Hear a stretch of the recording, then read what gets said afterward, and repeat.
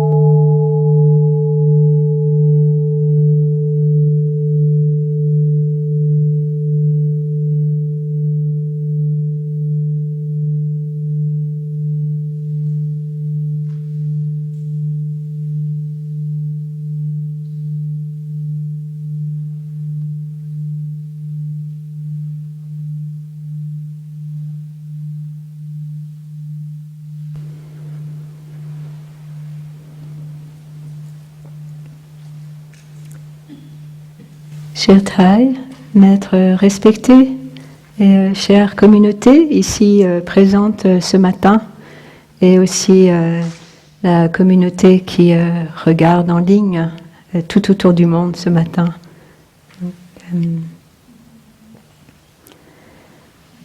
J'espère que les traductions fonctionnent.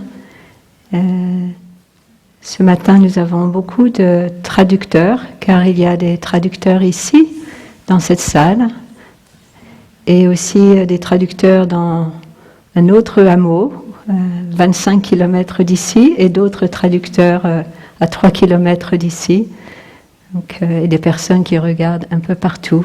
Donc c'est tout un ensemble de conditions qui se mettent ensemble pour que l'on puisse écouter l'enseignement ce matin. Mais je vois qu'il y a un problème avec notre... Donc, bonjour chère communauté. Aujourd'hui, nous sommes le 8 novembre de l'an 2020 et nous sommes au temple du Nectar du Dharma, le hameau du Bas, dans la salle Assemblée des Étoiles. Et ce matin, une de mes jeunes sœurs a posé sur ma table de nuit cette très jolie fleur, ou je ne sais pas comment on peut appeler, en fait, ce fruit, cette manifestation de l'automne assez extraordinaire, où c'est comme un filet tissé ensemble avec cette merveilleuse boule orange à l'intérieur. Je ne sais pas si la caméra est en train de faire un gros plan. Ouais, c'est très très beau. C'est comme une flamme un peu. Et je ne sais pas si vous avez en tant qu'enfant ou en tant qu'adulte joué avec un kaléidoscope. Et quand on regarde avec un kaléidoscope, on le tourne, il suffit juste d'un mouvement de notre main, très léger, pour qu'une fleur se manifeste. Et on fait un autre mouvement et une autre fleur se manifeste, différente. Et l'autre fleur, avant, s'est cachée. Donc c'est cette manifestation, ce jeu en fait, qui est souvent qu'on donne aux enfants, mais en tant qu'adulte, que l'on aime regarder, admirer, c'est pour moi représente beaucoup notre vie. Toutes les causes et conditions qui se mettent ensemble pour manifester quelque chose. Et je voulais commencer un tout petit peu mon enseignement ce matin en parlant de ma propre météo intérieure ces derniers temps. je dois dire que ces derniers temps, mon esprit beaucoup de choses viennent dans mon esprit et ça me pousse vraiment à retourner à la pratique encore et encore et encore. Hein. La pratique du retour à la respiration, amener la pleine conscience de la respiration, la pleine conscience de mes pas, de revenir pour calmer le flot de pensées qui s'élève durant la journée, mais surtout le matin, lorsque je me réveille, alors que d'ordinaire, mon esprit est assez calme le matin, mais je dois dire que là, ça me demande de vraiment revenir à la pratique. Et heureusement, depuis des années, je m'entraîne. Et donc, grâce à cela, je peux revenir et j'ai des moyens qui m'aident à revenir à respirer, à calmer, à poser, à m'arrêter. Donc je voulais vous parler un tout petit peu de ma pratique du matin.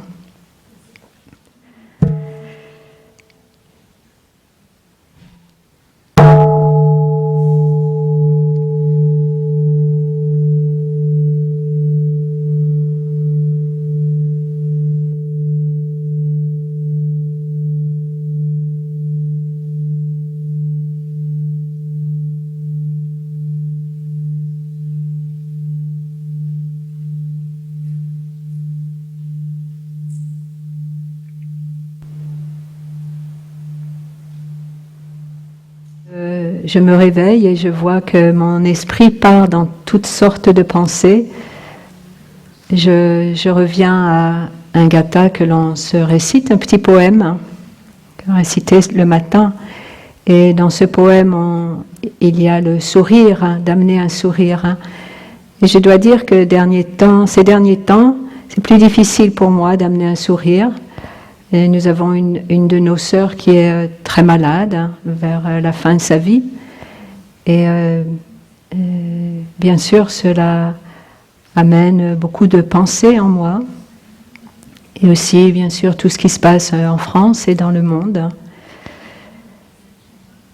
Alors je souris et je respire.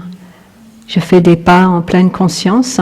Et bien sûr, là, je me brosse les dents et j'amène toute mon attention sur tous mes gestes, sur ce que je fais, avec amenant plus de lenteur. Et ensuite, je marche jusqu'à la salle, le petit bureau où j'étudie, qui se trouve peut-être à une centaine de mètres de ma chambre. Et là, je m'installe, allume une bougie, et sur mon bureau, j'ai différentes choses, une photo de taille, des calligraphies qui sont là, des mots qui m'inspirent. Bien sûr, avant cela, j'ai admiré la nature, admiré le ciel. Il y a quelques jours, la lune brillait et était entourée d'un immense halo, comme un cercle. Nous, dans le zen, et d'ailleurs, il y a une calligraphie que l'on peut voir, ici à ma droite, à votre gauche. C'est le cercle qui représente la vacuité, le vide, dans lequel tout est possible.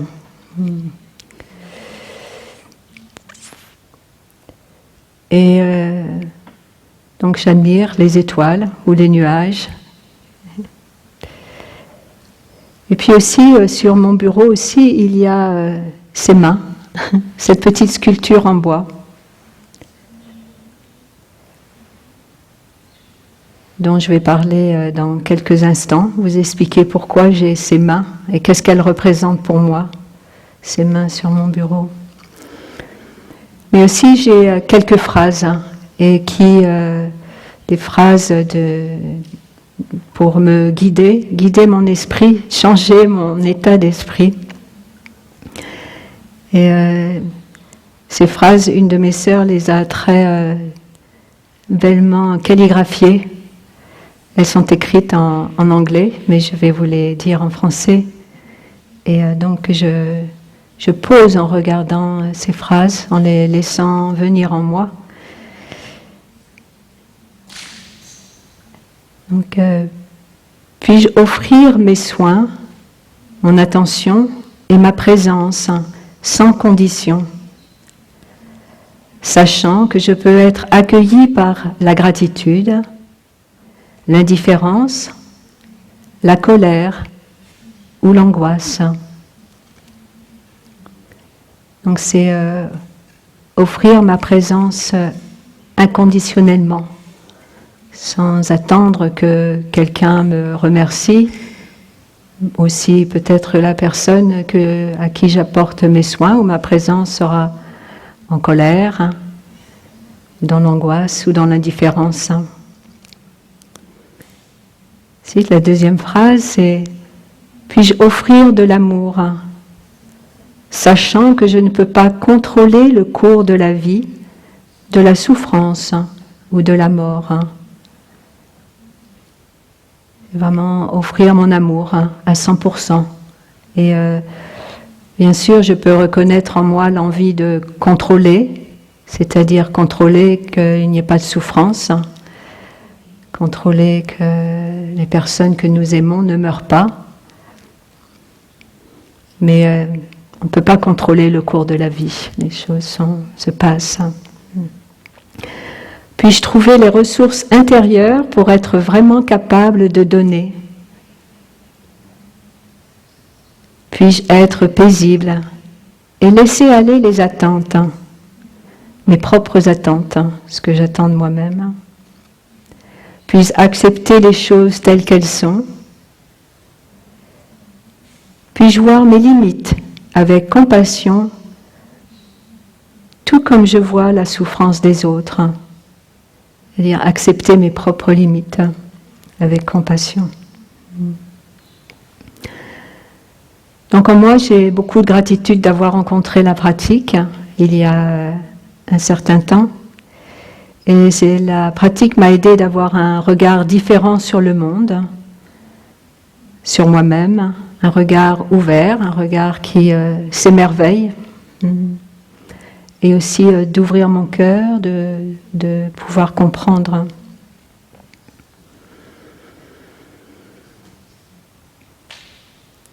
Et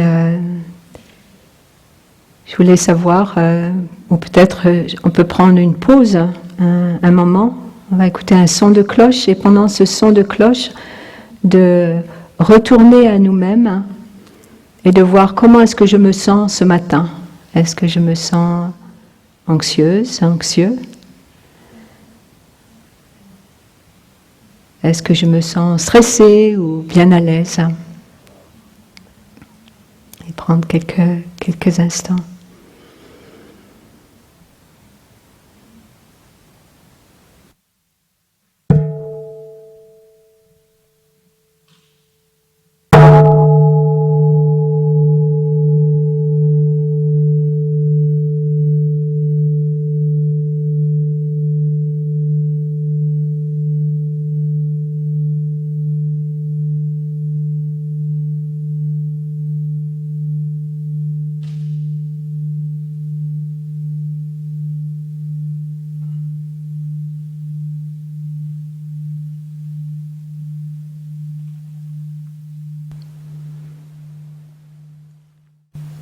Et aussi, ces derniers jours, probablement comme beaucoup d'entre nous, notre regard a été attiré vers les élections aux États-Unis. Enfin, moi, j'ai regardé, enfin pas regardé, mais du moins suivi un tout petit peu les résultats. Et une chose qui particulièrement m'a touchée, et en tant que moine et nonne, nous ne prenons pas parti, donc ce qui est. Mais ce qui m'a touchée, c'est le nombre de personnes qui sont allées pour voter, c'est-à-dire les personnes de prendre chacun d'entre nous peut contribuer ou contribue à ce qui se passe dans le monde. Et donc il y a eu énormément de personnes, je pense que c'était, je ne sais pas si c'est exact, mais la première fois qu'il y a tant de personnes qui se sont manifestées dans le vote aux États-Unis. Mais l'autre chose qui m'a beaucoup touchée, c'est que la vice-présidente, qui sera la vice-présidente, est une femme, et une femme non blanche. Une femme qui est de descendance jamaïcaine et indienne. Et pour moi, c'est quelque chose qui m'a beaucoup touchée quand j'ai lu cela. Parce que, particulièrement parce que pendant cette retraite de 3 mois, nous parlons de sujet de la non-discrimination. Et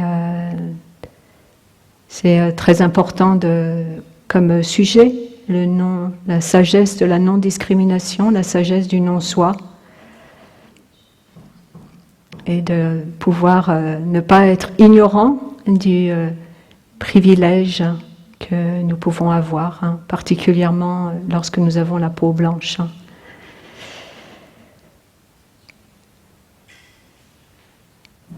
Alors j'aimerais vous inviter à faire une méditation sur ces mains, comme je fais souvent, comme elles se trouvent sur mon bureau, je les regarde. Et notre maître, très souvent, a utilisé l'exemple des mains pour nous enseigner beaucoup de différentes choses, pour nous aider. Alors, qu'est-ce que ça représente ? Donc, bien sûr, ces mains, c'est une petite sculpture, une petite sculpture qui est faite de bois d'olivier. Donc peut-être vous pouvez voir en le regardant, on peut amener notre attention sur ces mains. Donc ces mains, je les ai achetées lors d'un voyage en Israël, je les ai achetées à Jérusalem et elles m'ont beaucoup touchée parce qu'en fait elles ne sont pas d'une seule couleur, mais elles sont pleines de couleurs du bois, mais de différentes nuances.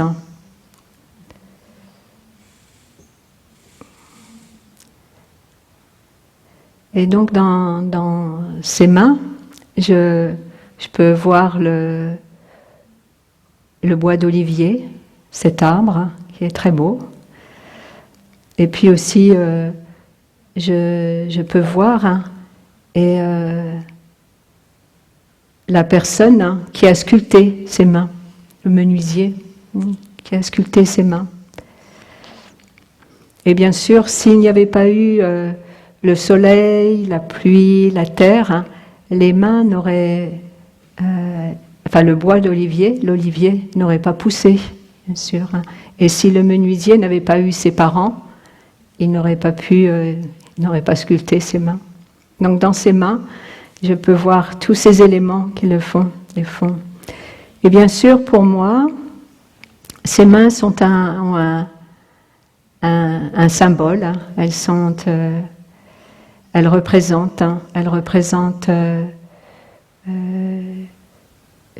une unité, de venir ensemble. Et si vous observez, vous pouvez pendant quelques instants prendre vos mains et les regarder vos mains. Et qu'est-ce que vous voyez dans vos mains ? On a 2 mains, et on peut regarder une main et ensuite l'autre. Donc on peut voir la peau qui les recouvre. Et en fait, notre peau est recouverte de cellules en fait qui meurent et qui se renouvellent sans arrêt. Tout notre corps en fait se renouvelle constamment. Et en fait, après un certain nombre d'années, toutes les cellules, les milliards de cellules dans notre corps se sont renouvelées. Parce que c'est à peu près tous les 7 ans, quelque chose comme ça. Donc on a un corps complètement nouveau tous les 7 ans.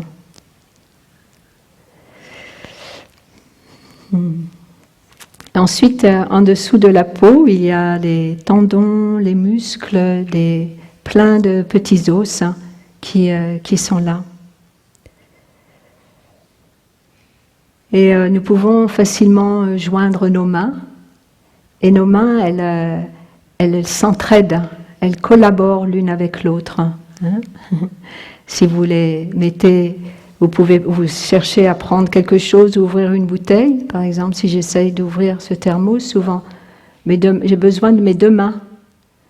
Pour une qui tient et l'autre qui va tourner et ouvrir la bouteille. Donc elles collaborent ensemble.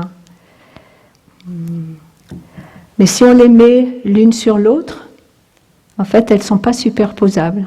On pense qu'elles sont les mêmes, mais vous les mettez l'une sur l'autre, elles ne sont pas superposables. Mais elles s'entraident. Et nous avons appris comment nous servir de nos mains. On apprend, le bébé apprend à tenir sa bouteille, on apprend à écrire, on apprend à faire jouer d'un instrument de musique. Par exemple, la sœur Ignan, ce matin, elle invite la cloche. Donc, elle a appris à inviter le son de la cloche. Et on s'entraîne ainsi à faire une multitude de choses avec nos mains. Et nos mains, elles jouent un rôle différent, mais complémentaire. Donc notre maître nous a appris beaucoup de différentes façons en utilisant cette image des mains. Notre capacité à tenir un stylo, à écrire. Donc nos maîtres aussi, nos enseignants, sont là en nous, car ils nous ont appris à faire tant de choses, nos parents, nos grands-parents, arrière-grands-parents. Thay très souvent parle d'un écrivain français qui s'appelle Albert Camus. Certains d'entre vous, vous le connaissez. Et Albert Camus a reçu le prix Nobel de littérature en 1957. Son père est mort quand il était tout jeune. Son père est mort à la guerre. Il était d'une famille pauvre. Sa mère était presque sourde et illettrée. Et en fait, toutes les conditions auraient fait qu'il n'aurait pas dû devenir cet écrivain extraordinaire qu'il est devenu. Et lorsqu'il a reçu ce prix Nobel de littérature, il a écrit une lettre à l'enseignant, un enseignant qui s'est occupé de lui alors qu'il était jeune et qui l'a suivi et qui a cru en lui, qui a eu confiance et qui lui a donné cette confiance en lui qu'il puisse s'épanouir dans ce qu'il était. Et donc c'est la lettre qu'il a écrite à son enseignant lorsqu'il a reçu le prix Nobel de littérature. Est-ce qu'il y a quelqu'un qui traduit en anglais? Oui? Ah d'accord. Okay. Ah d'accord. Okay. Cher Monsieur Germain, donc la lettre date du 19 novembre 1957. Donc c'est à peu près au même mois. Aujourd'hui nous sommes le 8 novembre. J'ai laissé s'éteindre un peu le bruit qui m'a entouré tous ces jours-ci, avant de vous parler un peu de tout mon cœur. On vient de me faire un bien trop grand. On vient de me faire un bien trop.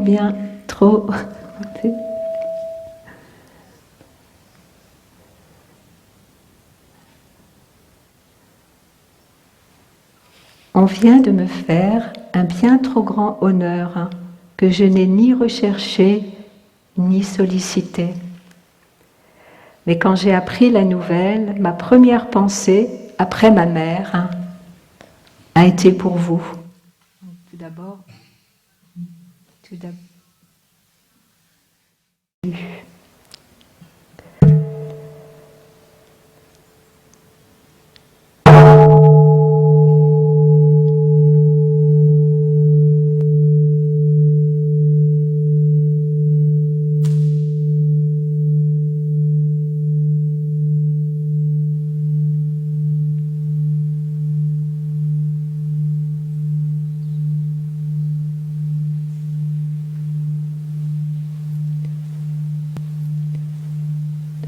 Mais quand j'ai appris la nouvelle, ma première pensée après ma mère a été pour vous.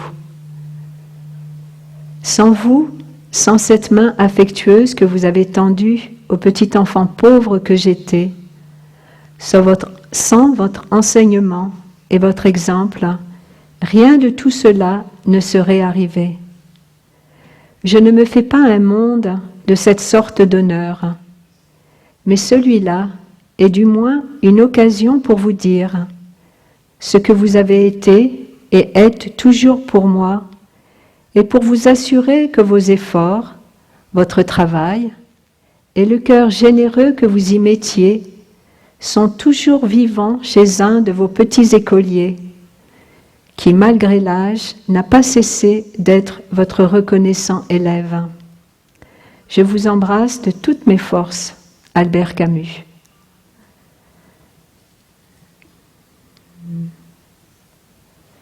Donc, une chose dans notre vie, dans ma vie, dans nos vies, c'est d'avoir ce sentiment de gratitude pour nos parents, nos grands-parents, nos enseignants et tout ce qui est là présent dans nos vies. Rien prendre pour acquis. Et c'était une très belle lettre d'amour pour son enseignant que Albert Camus a écrit. Et donc je vois que moi-même j'ai beaucoup de reconnaissance pour tout ce que Thaï m'a transmis, nous a transmis, et par cet enseignement avec les mains. Car aussi Thaï nous a appris à regarder notre main et de voir dans notre main la main de notre mère. Ça peut être de notre père ou de quelqu'un qui s'est occupé de nous. Et de voir, de reconnaître que dans chaque cellule de notre corps, dans cette main, il y a notre mère. Pour moi, j'ai perdu ma mère, et lorsque j'ai entendu cet enseignement de Thaï sur la main de la mère, et que notre mère mettait sa main sur notre front lorsque nous étions enfants, et on avait de la fièvre, et qu'elle nous rafraîchissait juste en posant sa main sur notre front, et de sentir que fermer les yeux et de simplement poser notre main, et c'est quelque chose qui m'a beaucoup touchée, et ça m'a permis de vraiment contempler et de pouvoir sentir la présence de ma mère à l'intérieur de moi-même. Et aussi, ce n'est pas simplement les gènes de nos parents qui sont là, ou de nos ancêtres, mais aussi c'est tout ce qu'ils nous ont appris, leurs espoirs, tout au cours de la vie, tout ça c'est présent en nous. Et récemment, j'ai écouté un enseignement de Thaï d'une d'une retraite francophone, et Thaï était en train de parler de ses mains, et il expliquait les mains et de voir tous les éléments non soi, non des enfants, tout ce que les enfants en fait avaient en eux. Et Thaï s'est mis à réciter 2 poésies françaises qu'il a appris quand il avait 4-5 ans, parce qu'il apprenait le français en étant tout enfant. Et donc je me suis dit que j'allais vous réciter ces 2 poésies pour la joie d'écouter ces poésies françaises apprises par notre maître lorsqu'il avait 5 ans, c'est-à-dire, oui, pas mal d'attente. Voici ma main. Elle a 5 doigts. En voici 2, en voici 3. Celui-ci, le petit bonhomme, c'est le pouce qu'il se nomme. L'index qui montre le chemin est le second doigt de ma main. Entre l'index et l'annulaire, le majeur paraît un grand frère. L'annulaire porte un anneau. Avec la bague, il fait le beau. J'en ai pas, mais avec la bague, il fait le beau. Et le minuscule auriculaire marche à côté de l'annulaire. Et donc, et d'ailleurs, en récitant ce petit poème, cette récitation, elle est pleine de joie. Et il y avait un deuxième poème aussi qu'il a dit pour la joie de ce poème. Maintenant, je vais à l'école. J'apprends chaque jour ma leçon. Le sac qui pend à mon épaule dit que je suis un grand garçon. Quand le maître parle, j'écoute et je retiens ce qu'il me dit. Il est content de moi, sans doute, car je vois bien qu'il me sourit. On va écouter un son de cloche.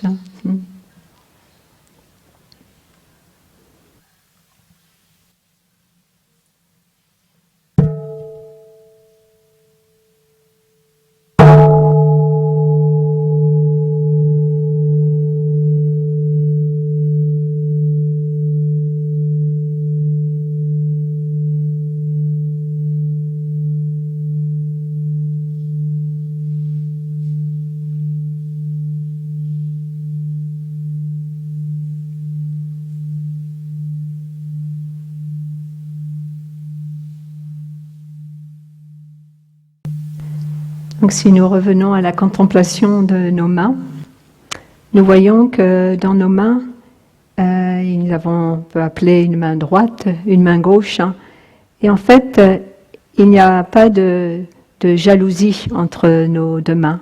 Pour certaines personnes, nous écrivons, nous faisons beaucoup de choses avec notre main droite, et d'autres personnes, c'est plutôt avec la main gauche. Peut-être on fait de l'écriture, de la calligraphie, comme j'ai une sœur qui est à côté de moi dans notre salle où on étudie, et elle fait de merveilleuses calligraphies avec sa main droite. Et donc nos mains jouent, comme je disais, jouent un rôle différent. Et souvent, Thay utilise cet exemple des deux mains, qu'il n'y a pas de jalousie entre les deux mains. Et car elles font partie d'un même corps. Quand j'étais jeune, j'ai toujours eu la sensation qu'en fait, que notre corps est tout un univers à l'intérieur d'un grand corps. C'est-à-dire, on est le microcosme dans le macrocosme. C'est-à-dire, notre corps contient tout l'univers et aussi nous faisons partie de tout l'univers. Et récemment, je voyais une photo prise mise sur les sites par la NASA de galaxies. Notre galaxie, qui est pourtant immense à nos yeux, en fait est un tout petit point au milieu de milliards d'autres galaxies.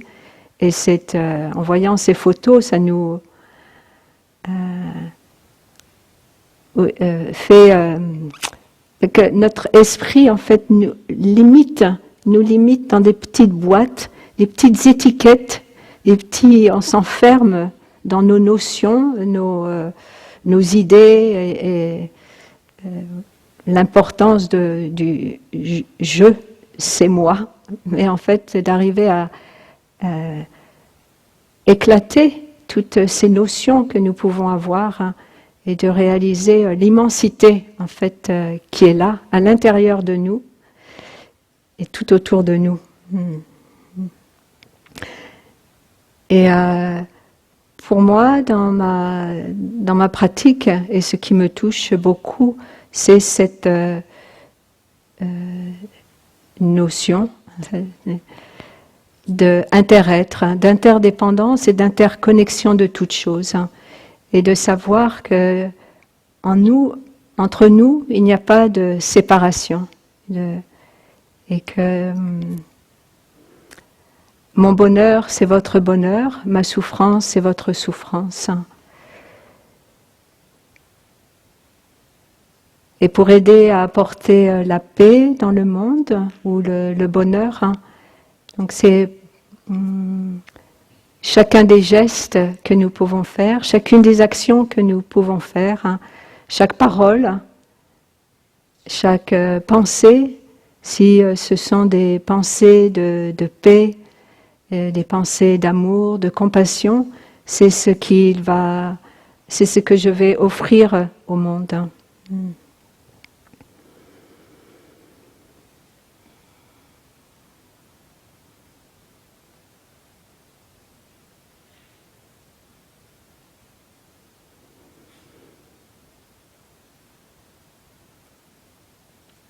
Nous allons écouter un son de cloche.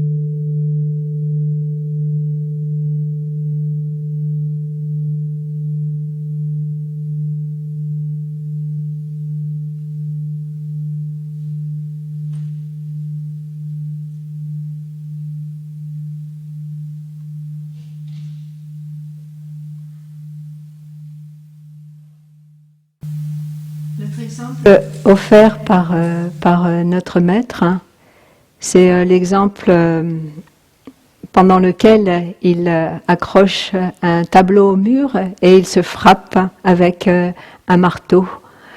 Et bien sûr, la main qui a été frappée, l'autre main vient immédiatement s'en occuper, en prendre soin. Et c'est un exemple qui, pour nous, quand quelqu'un souffre, quand quelqu'un s'est fait mal ou a mal, hein, est-ce que nous allons vers la personne aussi oui, automatiquement, naturellement, pour prendre soin de l'autre, hein, prendre soin, être là, offrir notre présence, hein, offrir notre cœur hein, complètement.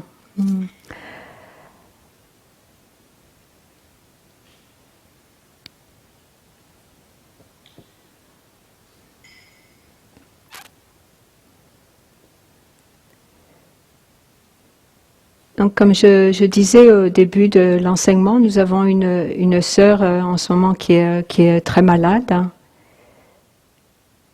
Et bien sûr, ça nous amène à contempler notre propre mort, contempler aussi la mort peut-être de nos proches, hein, faire monter du chagrin, de la souffrance hein, à l'intérieur de nous. Toutes sortes d'émotions qui peuvent passer, bien sûr en connexion aussi avec la famille de notre sœur qui est là. Donc c'est comment pouvons-nous aider dans des moments, dans ces moments. Et pour moi, quelque chose qui m'aide beaucoup, c'est de pouvoir continuer à nourrir une graine de joie et garder aussi une stabilité, garder la paix à l'intérieur de moi, de l'espace, pour pouvoir offrir cela à notre sœur quand je vais la voir ou si je suis en contact avec sa famille, les médecins, toutes sortes de personnes. Et donc c'est trouver des moments de joie, des moments de bonheur tout au long de la journée.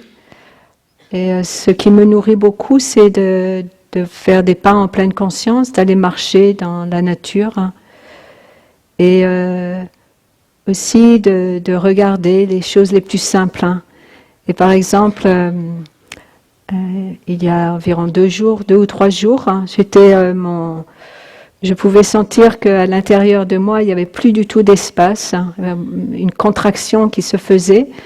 Et ma sœur, elle était assise à son bureau, juste à côté, et elle me dit « Regarde, l'oiseau est en train de se baigner, il y a une mare, une petite mare, juste devant notre salle d'études. Hein, regarde. Et effectivement, et donc je suis venue et j'ai passé du temps aussi à contempler avec elle ce merle, un oiseau avec des plumes noires et un bec orange qui bougeait ses ailes et se baignait. Et on pouvait voir toutes les gouttes d'eau qui étaient sur lui. Et un tout petit peu plus loin, un pivert qui était là sur l'herbe. Normalement, on ne les voit pas souvent, ces oiseaux, du moins en France. On les entend, tac, tac, tac, tac, sur le bois. Mais on ne peut pas les voir. Et là, avec sa houppe rouge. Et ça a été un moment pour moi c'était quelques minutes, on a regardé ensemble. Et j'ai vu que j'avais la tendance à retourner faire autre chose. Et puis je me suis dit, non, juste me laisser m'imprégner par ce moment de paix, de contempler la beauté. Et j'ai pu vraiment sentir un relâchement, une ouverture qui se faisait. Donc c'est toucher ces moments, ces îles de bonheur, ces îles de lumière qui sont là et qui aident à traverser des moments difficiles dans notre vie. Il y a un poème de Thaï que j'aime beaucoup aussi. Thaï, notre maître, a passé à travers de grandes difficultés, souffrances, la guerre, l'exil. Et Thaï dit, et c'est aussi en relation avec les mains, toujours, je tiens ma tête dans mes mains, c'est pour tenir chaud. Je tiens ma tête dans mes mains, non, je ne pleure pas. Je tiens ma tête dans mes mains pour garder la solitude au chaud. Deux mains qui protègent, deux mains qui nourrissent, deux mains qui empêchent mon âme de me laisser en colère. Je vais redire le poème. Je tiens ma tête dans mes mains. Non, je ne pleure pas. Je tiens ma tête dans mes mains pour garder la solitude au chaud. Deux mains qui protègent, deux mains qui nourrissent, deux mains qui empêchent mon âme de me laisser en colère. Car en nous, nous avons toutes sortes d'émotions, des émotions qui viennent. Et bien sûr, la colère, c'est une émotion qui est assez forte et qui peut être très destructrice si on la laisse sans nous l'apaiser et sans en prendre soin.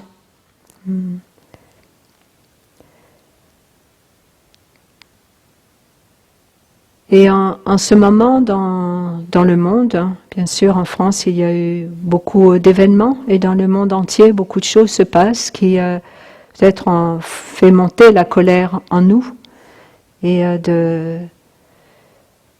peut aussi nourrir la discrimination envers les personnes pour lesquelles nous sommes, envers lesquelles nous sommes en colère. Mais est-ce que ça va aider?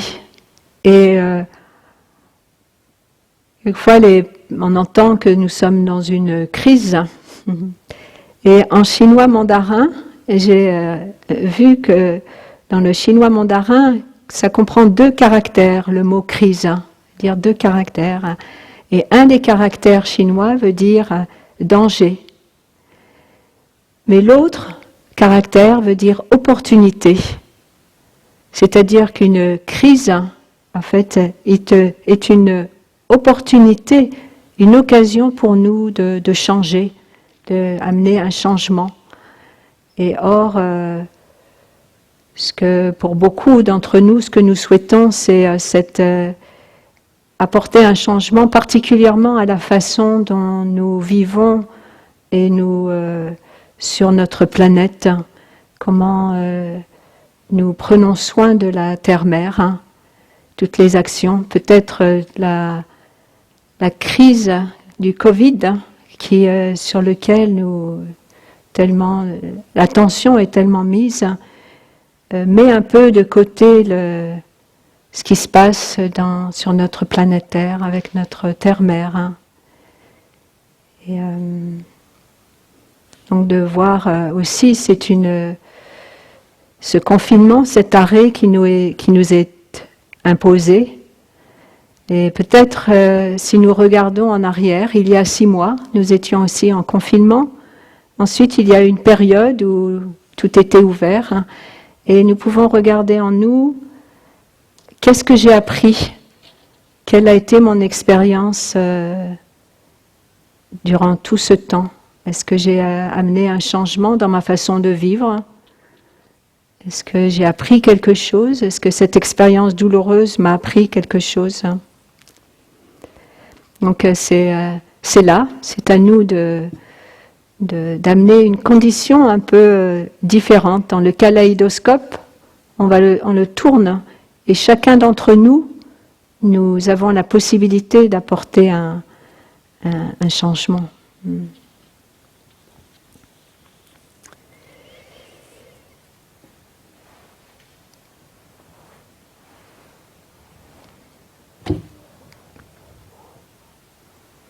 Je vais...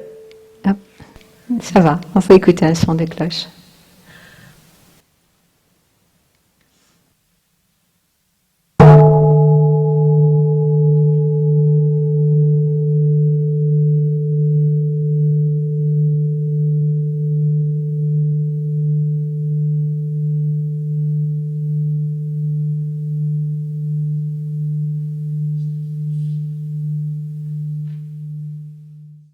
Je vais écrire une phrase que le Bouddha nous a enseignée.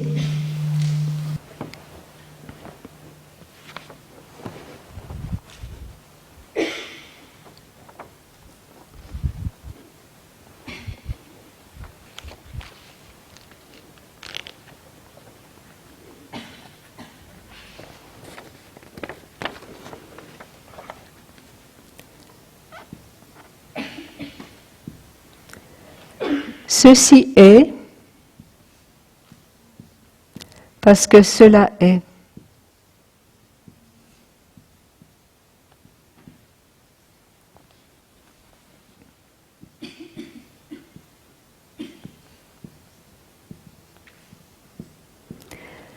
Ceci n'est pas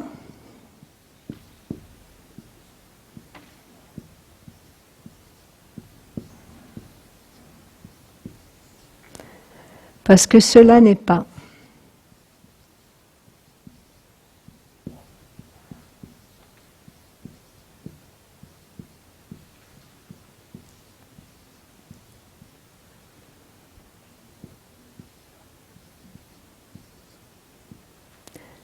Ceci apparaît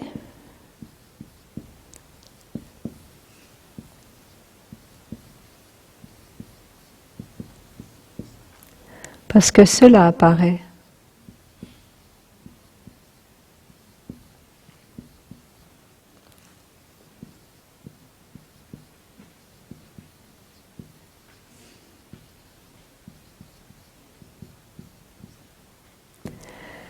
Ceci cesse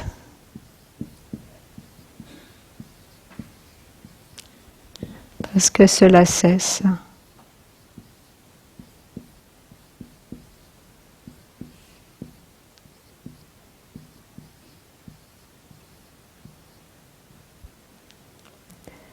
Et Thaï a ajouté, ceci est ainsi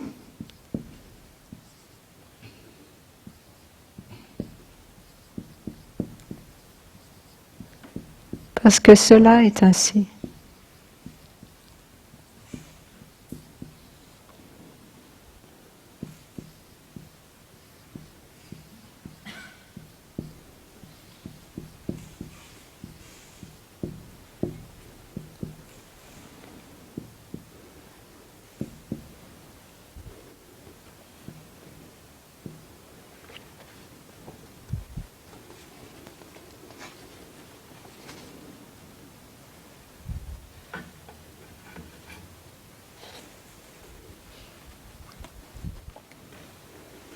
Pour moi, dans l'enseignement offert par le Bouddha, ce sont un des enseignements qui me touche le plus toutes les causes et conditions qui font manifester, qui manifestent ce qui est là devant nous. Donc, et de voir et comprendre que moi-même, juste même une toute petite chose, et je pense que ce n'est rien, mais en fait, cette petite chose a une action et une influence sur tout, sur le tout. Et c'est pour ça que de me dire que chaque matin est un jour nouveau, que chaque moment est nouveau et que je peux faire quelque chose. Et grâce à la pratique, j'ai découvert qu'effectivement, une transformation de la situation par ma propre attitude intérieure transforme les choses. Qu'est-ce que j'offre? Et oui, ça me donne beaucoup de paix et aussi de ne pas tomber dans le désespoir, parce que tout se transforme, tout change. Et les choses sont impermanentes, comme on dit. Une chose un peu personnelle que je souhaitais aussi partager, parce qu'à cette même époque aussi, je voulais partager cela par rapport à que la joie, la souffrance et le bonheur, en fait, sont complètement ensemble et ne sont pas séparés. Et à cette époque, il y a 17 ans, donc j'ai reçu l'ordination de novice en 2003. Et donc il y avait la très grande joie en moi de devenir nonne. C'était mon aspiration, mon souhait.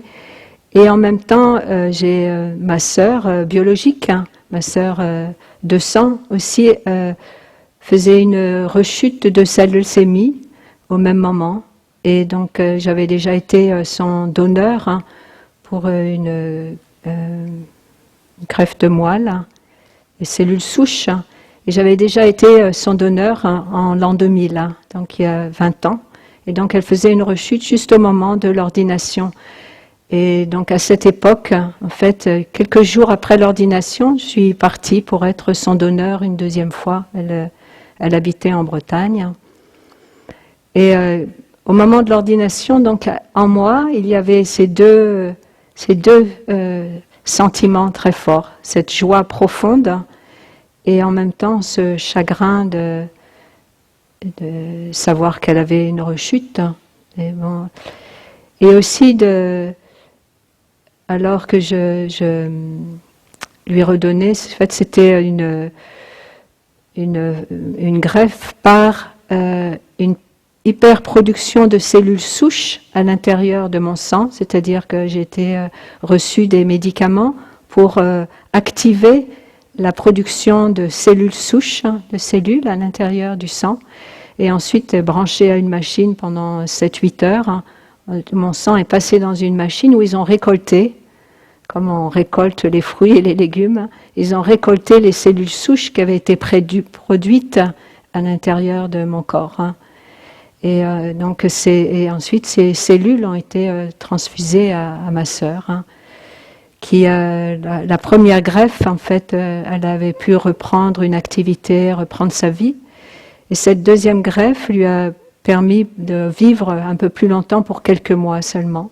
Mais ça lui a permis de retourner dans sa famille pour les fêtes de fin d'année, Noël particulièrement. Elle était chrétienne. Mais et donc au moment où il y avait où il récoltait, et avant aussi récoltait les cellules, je me souviens d'avoir chanté le nom d'Avalokiteshvara pour mettre cette énergie de compassion dans les cellules qui allaient aller vers ma sœur. Mais je dois dire qu'après sa mort, ça m'a quelque chose qui m'a un peu bouleversée, et que je vois, c'est que c'était d'abord parce que après quelques mois, en fait, elle a fait une rechute, une autre rechute qui a amené qu'elle elle est morte quelque temps après. Et mais ce que ça a amené en moi, c'était je n'avais pas réussi à faire. Hein. Mais en fait, en regardant aussi d'un autre côté, en fait, si elle a eu la possibilité, en regardant avec que chaque moment est précieux, ce n'est pas sur un temps, mais elle a eu des moments de vie où elle a pu vraiment vivre pleinement. Mais aussi, c'était aussi une partie de moi, de moi-même, hein, physiquement, et bien sûr autrement aussi, énergétiquement, qui est partie avec elle, qui est mort avec elle aussi. Donc c'est aussi... et ce que ça m'amène à voir, c'est que dans ma vie actuelle, je suis aussi... Elle est vivante à travers moi. Donc c'est chaque sourire que je peux faire, chaque pas que je fais, en fait, je l'ai fait pour elle, je l'ai fait aussi pour toutes les autres personnes proches de moi qui sont décédées. Donc ça me nourrit et me donne la force d'aller au-delà des conflits ou des difficultés qui peuvent se présenter ou qui sont là.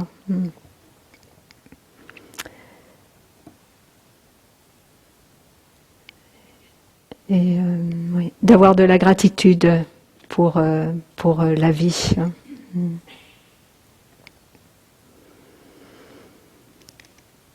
Et de voir aussi que en fait,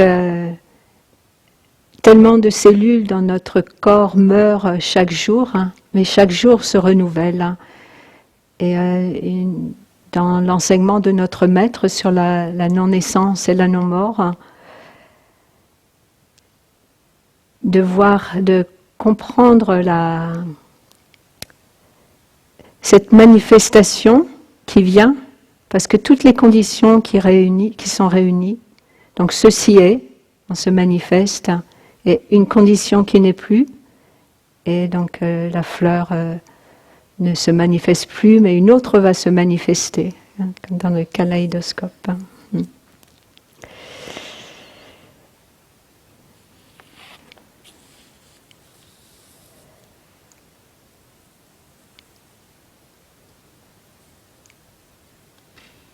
Donc c'est lorsque nous prenons le temps de nous taire,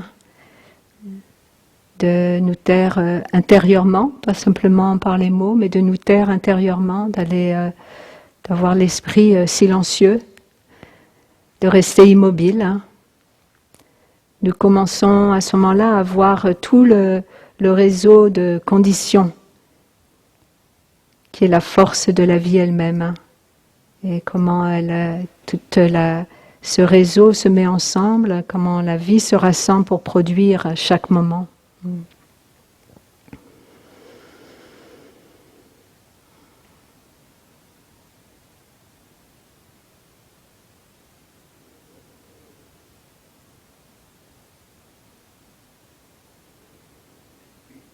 Une autre pratique aussi qui me nourrit beaucoup, c'est de marcher, bien sûr, en pleine conscience, hein, aussi de ma façon de manger, notre façon de manger, de se ralentir, de contempler la nourriture. Hein. Et quand je suis arrivée au hameau du Bas, la première fois où je suis venue au village des Pruniers, et ici c'était au hameau du Bas, et la première chose, c'était, je suis rentrée dans la salle à manger et vu cette calligraphie qui dit que ce morceau de pain est le corps du cosmos. Hein. Et c'est quelque chose qui m'a beaucoup touchée. Et aussi, je vois que très souvent, j'aime m'asseoir devant cette calligraphie qui est écrite en anglais. Et j'aime m'asseoir devant et de contempler pour ne pas oublier juste « oh, j'ai à manger devant moi, c'est normal hein. ». Mais non, de voir que dans chaque morceau de pain ou chaque morceau de nourriture, hein, c'est le corps du cosmos, tout entier qui est là, qui me pénètre, qui rentre, qui me nourrit. et aussi d'avoir un sentiment de grande gratitude. Et j'ai une très belle mémoire avec Thay au sujet du morceau de pain. Nous étions dans le Vermont, dans notre petit monastère. Pendant quelque temps, il y avait le monastère de sœurs dans le Vermont, qui s'appelait Pine and Crane. Et Thay était venu après le tour aux États-Unis. C'était un temps de repos. Et il était venu parmi les sœurs. Hein. Et donc nous avions profité de sa présence. Hein. Et souvent, je ne mange pas le soir. J'aime bien avoir l'estomac vide. Hein. Quelquefois je mange, quelquefois non. Mais à cette époque-là, j'étais assez déterminée à ne pas manger le soir. Et donc, c'était un soir, on était assis avec Thay et juste quelques sœurs, dont sœur Suko Annabelle, qui est assise ici ce matin. Elle était là aussi. Et on était assis avec Thay et je n'avais rien pris à manger. Et Thay il m'a contemplé, il m'a souri et puis il m'a dit « Il n'y a rien, non, ne mange pas ». Et j'ai dit non, Thay, parce que j'aime bien ne pas manger le soir, parce que je me sens mieux. Et Thay, avec un sourire, m'a tendu une tranche de pain. Et en moi, j'ai senti, bon, je ne peux pas refuser une tranche de pain. C'était, j'ai même pas pensé en fait. C'était comme, oui, bien sûr, hein, c'est comme si le corps de cosmos, Thay me tendait le corps du cosmos, est-ce que tu vas refuser ça? Donc c'était un beau moment. Bien sûr, je peux m'être interprété comme je veux, hein. On interprète en fait les gestes du maître, hein. Mais c'est un très beau souvenir avec Thay, d'un moment de communion ensemble, hein, avec un morceau de pain. Et surtout parce qu'il y avait la chose qui m'a vraiment beaucoup touchée la première fois où je suis rentrée dans la pièce, la première pièce dans laquelle je suis rentrée au village. Hein, c'était la salle à manger et vu cette calligraphie.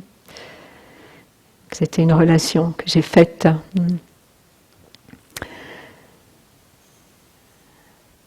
Donc cette reconnaître tout ce qui met ensemble, tout ce qui vient ensemble pour nous, pour se manifester pour nous. Et donc aussi la chose que j'aime beaucoup faire, et hier je suis allée marcher et faire une marche méditative, hein, et aller étreindre un arbre.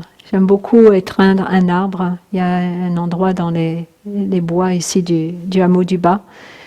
Et il y a un arbre qui est mon ami. J'en ai plusieurs un peu à différents endroits.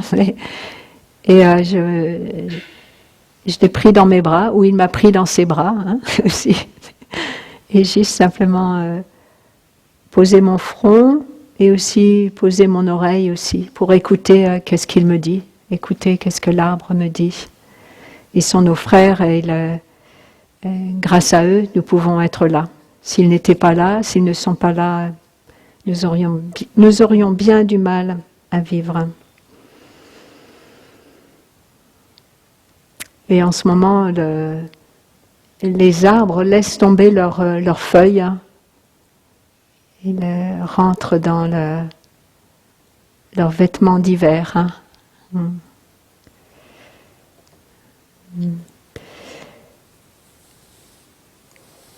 Donc chaque geste, chaque mouvement que je fais, et on parlait des mains, donc chaque mouvement que je fais avec mes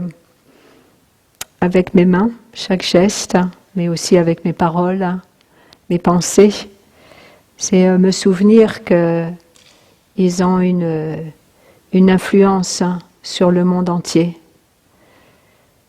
Et chaque chose aussi que, bien sûr, que vous faites aussi a une influence sur le monde entier. Et je vais terminer avec une histoire, hein, que j'aime beaucoup. C'est l'histoire du 3 milliardième, 741 952e flocon de neige. C'est une histoire que j'aime beaucoup.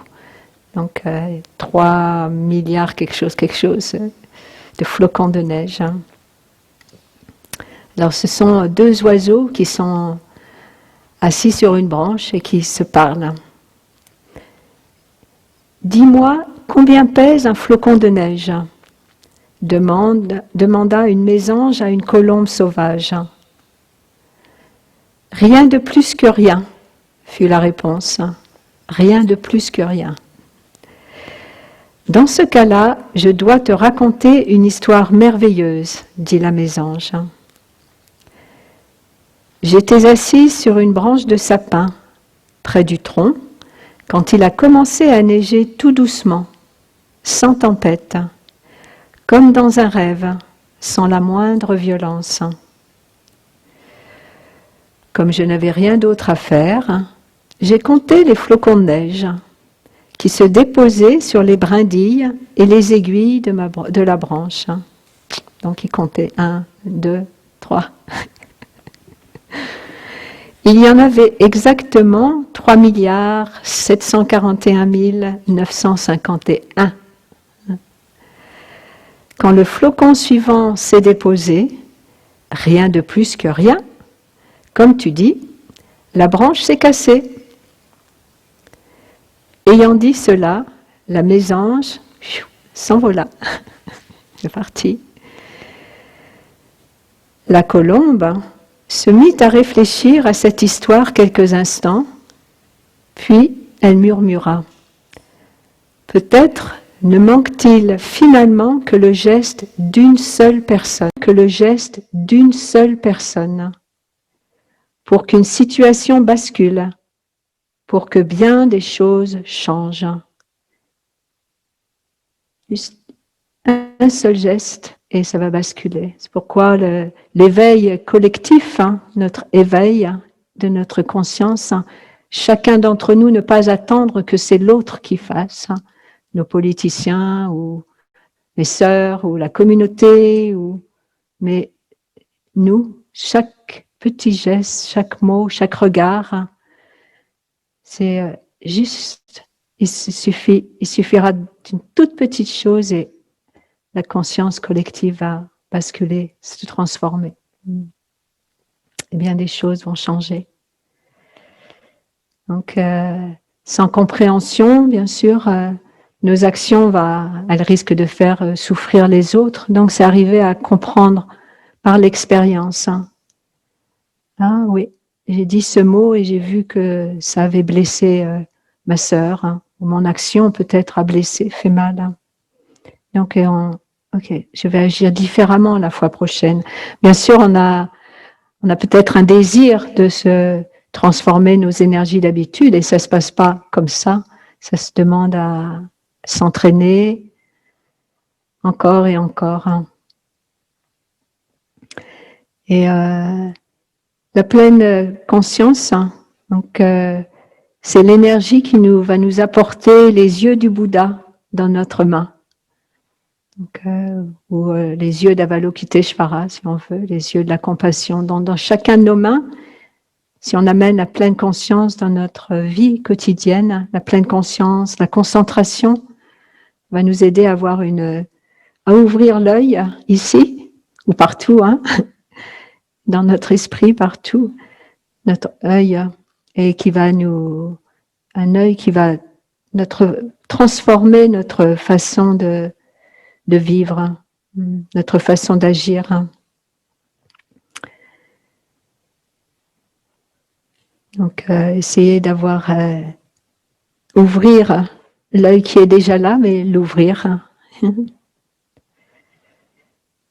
Donc, nous pouvons tous générer cette énergie de pleine conscience, cette énergie de concentration, cette énergie de vision profonde à chaque instant de notre vie quotidienne, dans chacun de nos gestes.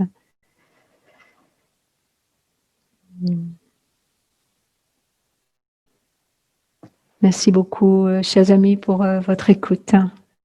Je vous souhaite une très belle journée et Voilà, contempler